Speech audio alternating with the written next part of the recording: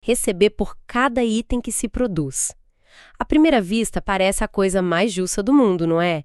Se você produz mais, ganha mais. Se produz menos, ganha menos. Simples, direto. Mas, e se a gente colocar uma lupa nisso? Será que essa aparência toda de justiça não esconde uma mecânica bem mais, complexa? E talvez até um pouco mais brutal? É exatamente essa nossa investigação de hoje. A gente tem em mãos um material bem denso, um trecho do chamado capítulo 19, que faz um verdadeiro trabalho de detetive sobre o salário por peça. A missão aqui é desvendar a lógica por trás dessa forma de pagamento e, claro, as consequências dela. Tudo segundo o que está descrito aqui no texto. E olha, o ponto de partida que o texto nos dá já é, talvez, o mais importante de todos. Ele posiciona o salário por peça não como algo fundamentalmente diferente. Na verdade, é apresentado como uma forma modificada do salário por tempo. E é essa conexão que destrava toda a análise. Se a gente não pegar isso, a gente se perde totalmente na aparência da coisa. Ok, vamos desmembrar isso então. A ideia inicial, a impressão que fica é que no salário por peça se vende o produto, o trabalho já pronto, a peça acabada. E no salário por tempo, o que se vende é o tempo de trabalho. Parece uma diferença gigante. Sim, parece. Mas o autor joga um balde de água fria nessa ideia logo de cara. E com exemplos muito práticos. Ele mostra que, na mesma época, nos mesmos setores, os dois sistemas conviviam. Por exemplo, os tipógrafos de Londres. Eles recebiam por peça. Já os das províncias, do interior... Por tempo. Por tempo, exato. E fica ainda mais estranho, carpinteiros navais no Porto de Londres, por peça. Em outros portos ingleses, por tempo. Mas o exemplo que eu acho mais incrível é o de uma oficina de correaria, também em Londres. Na mesma sala, fazendo exatamente o mesmo trabalho. Os operários franceses recebiam por peça e os ingleses por tempo. Peraí, na mesma oficina? Na mesma oficina. Fazendo a mesma coisa? Isso quebra totalmente a ideia de que a forma de pagamento tem a ver com a natureza do trabalho. É essa a provocação. A conclusão do texto é que a forma de pagamento é secundária. A essência da relação não muda. Uma forma pode até ser mais favorável para acelerar a produção, mas a base é a mesma. A diferença é mais, digamos, de maquiagem do que de estrutura. Entendi. Como se fossem duas embalagens diferentes para o mesmo produto. E para provar isso, ele entra na matemática da coisa. Tem um exemplo numérico. Vamos ver se a gente decifra. Ele parte de uma jornada de 12 horas. O valor total que o trabalhador produz nessas 12 horas é de 6 shillings. Isso. E, por experiência, sabe-se que um trabalhador médio produz 24 peças nesse tempo. Aí a conta é simples. 6 shillings divididos por 24 peças. Dá 3 pence de valor por peça. Mas, e aqui que está o pulo do gato, o trabalhador não recebe 3 pence. Ele recebe 1,5 penny. A metade. Exatamente a metade. Então, no fim do dia, ele fez 24 peças, recebendo 1,5 penny por cada uma. 24 vezes 1,5 dá 36 pence, o que dá 3 shillings. Ou seja, ele produziu 6 shillings em valor, mas recebeu só 3. A conta fecha perfeitamente. Ele ficou com metade do valor que produziu. Seria a mesma coisa se ele trabalhasse por tempo, 6 horas para pagar o próprio salário e as outras 6 de graça, digamos, para o patrão. Perfeito, essa é a lógica. O texto mostra que é o mesmo mecanismo, só que medido de um jeito diferente. No salário por tempo, a divisão é clara. Uma parte do dia é trabalho pago, a outra é o que o autor chama de mais valor. No salário por peça, essa divisão fica escondida. Parece que cada peça tem seu preço, mas, na verdade, o pagamento de, digamos, 12 peças paga o salário, e as outras 12 são o mais valor que vai para o capitalista. A régua muda, mas a medida final é a mesma. Certo. Mas se no fundo é a mesma coisa, por que o empregador teria todo o trabalho de criar um sistema por peça? Qual a vantagem real? Imagino que não seja só para confundir. De jeito nenhum. E é aqui que a análise fica realmente interessante. O texto argumenta que o salário por peça é uma ferramenta de gestão e controle incrivelmente eficaz.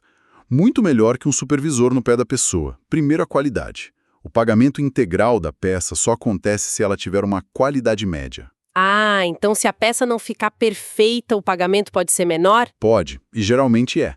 O texto chega a dizer que isso se torna uma fonte fértil de descontos salariais. Entendi. Vira um prato cheio para todo tipo de corte, de fraude. O próprio sistema de pagamento já fiscaliza a qualidade. E imagino que o mesmo valha para velocidade, para intensidade. Sim, e de uma forma muito precisa. O salário por peça dá uma medida exata da intensidade do trabalho. O capitalista só paga o tempo que é socialmente necessário para fazer a peça. Tem um exemplo das alfaiatarias de Londres, que é ótimo. Eles mediam o trabalho em horas. Um colete valia 1 hora, outro meia hora, e cada hora valia 6 pence. A experiência definiu o tempo padrão. Se um trabalhador era muito lento e não atingia o mínimo, Era demitido. simples assim, demitido. Nossa. Então o salário por peça não é só um jeito de pagar. É um mecanismo de gestão de performance embutido. O próprio trabalhador vira seu supervisor, a pressão vem de dentro. Exatamente essa a ideia. A necessidade de ter um chefe o tempo todo ali vigiando diminui muito, porque o sistema já garante qualidade e intensidade. E essa característica, segundo o texto, abre a porta para um sistema de exploração ainda mais hierárquico. Mais hierárquico. Como assim? O texto descreve 2 formas principais. A primeira, ele chama de subarrendamento do trabalho. Basicamente, facilita o surgimento de intermediários, de parasitas, entre o chefe e o trabalhador. O capitalista contrata um empreiteiro por X e esse empreiteiro contrata os trabalhadores pagando X menos Y. O lucro dele, o Y, sai direto do salário do trabalhador. O nome que o texto usa para isso na Inglaterra é muito forte, né? Swearing System. Sistema sudorífero. O nome já diz tudo. Diz tudo. E a segunda forma é talvez ainda mais perversa, porque acontece entre os próprios trabalhadores. O capitalista contrata um trabalhador principal, por peça, o chefe de uma equipe, por exemplo, e esse líder se encarrega de contratar e pagar os próprios ajudantes. Ok, então o sistema joga trabalhador contra trabalhador. Um deles ganha o poder de explorar os colegas para aumentar o próprio ganho. É exatamente essa a conclusão. E a frase do texto é forte. A exploração dos trabalhadores pelo capital se efetiva aqui, mediante a exploração do trabalhador pelo trabalhador. O capitalista meio que terceiriza a parte mais suja da exploração. Isso é maquiavélico. Ok, entendi a mecânica. Mas e o dia a dia de quem está na ponta? O que isso faz com a mentalidade da pessoa? Os efeitos são imediatos. O primeiro é a autointensificação. Como o seu ganho depende de quantas peças você faz, seu maior interesse passa a ser trabalhar no ritmo mais alucinado possível. E pela mesma lógica, vem o incentivo para prolongar a jornada. Mais horas, mais peças, mais dinheiro. Mas espera aí. Isso não é de todo ruim, certo? Se eu sou uma trabalhadora muito boa, muito rápida, eu ia querer esse sistema. Eu ia ganhar mais que meus colegas mais lentos. Parece que recompensa o mérito. E esse é a armadilha, o paradoxo central que o texto aponta. Sim, o sistema permite que os trabalhadores mais hábeis, mais fortes, ganhem individualmente mais que a média. O texto diz que isso desenvolve a individualidade, um sentimento de liberdade, de independência. Só que, ao mesmo tempo, isso cria uma competição feroz entre eles. E qual o problema da competição nesse caso específico? O problema é que essa competição, que eleva o salário de alguns, acaba forçando o nível médio geral dos salários para baixo. Funciona assim. Os mais rápidos estabelecem um novo padrão de produtividade. O patrão olha para eles e pensa, então é possível produzir tudo isso por hora. E o que ele faz? Ele usa esse novo padrão para rebaixar o preço pago por cada peça, para todo mundo. Entendi. Então o cara que é super produtivo, sem querer, acaba prejudicando todos os colegas. E assim mesmo no futuro. Porque o sarrafo sobe para todo mundo. E quem não consegue acompanhar, ou é demitido, ou vive com um salário de miséria. É essa a dinâmica. E para não ficar só na teoria, o texto usa dados de relatórios do parlamento inglês. Ele mostra que, durante as guerras, no fim do século XVIII, o salário por peça foi usado como uma alavanca para estender a jornada e, ao mesmo tempo, achatar os salários. O exemplo dos tecelões que ele cita é brutal. Diz que o valor por peça caiu tanto que, mesmo eles trabalhando muito mais horas por dia, no fim, o ganho era menor do que antes. Sim, e uma fonte da época citada ali diz que a diferença de status entre um tecelão qualificado e um trabalhador comum, que era enorme, desapareceu quase por completo. A qualificação perdeu o valor, a forma de pagamento vira um campo de batalha. O texto até cita uma greve em 1860, onde os patrões tentaram forçar a mudança de volta do salário por peça por tempo. Para rebaixar os ganhos. Justamente, porque viram ali uma manobra para conseguir rebaixar ainda mais os ganhos. Isso mostra que não tem uma forma melhor, em abstrato, mas sim a que serve melhor a um interesse em cada momento. Mas e a tecnologia? Uma máquina nova que dobra a produção. Aí sim o trabalhador se dá bem, né? Se ele faz o dobro de peças, ganha o dobro. Seria a lógica, mas não é o que o texto descreve. Na verdade, esse é o ponto que gera as lutas mais constantes. O autor volta para o exemplo numérico. Lembra? O trabalhador fazia 24 peças e ganhava 3 shillings por dia. Agora, com a máquina nova, ele faz 48 peças no mesmo tempo. O salário dele vai para 6 shillings, dobra... Não. O que acontece é que o salário por peça é cortado pela metade. Cai de 1,5 para 0,75 penny. O resultado... 48 peças vezes 0,75 dá os mesmos 3 shillings de antes. Ele produz o dobro, mas o ganho diário dele fica igual.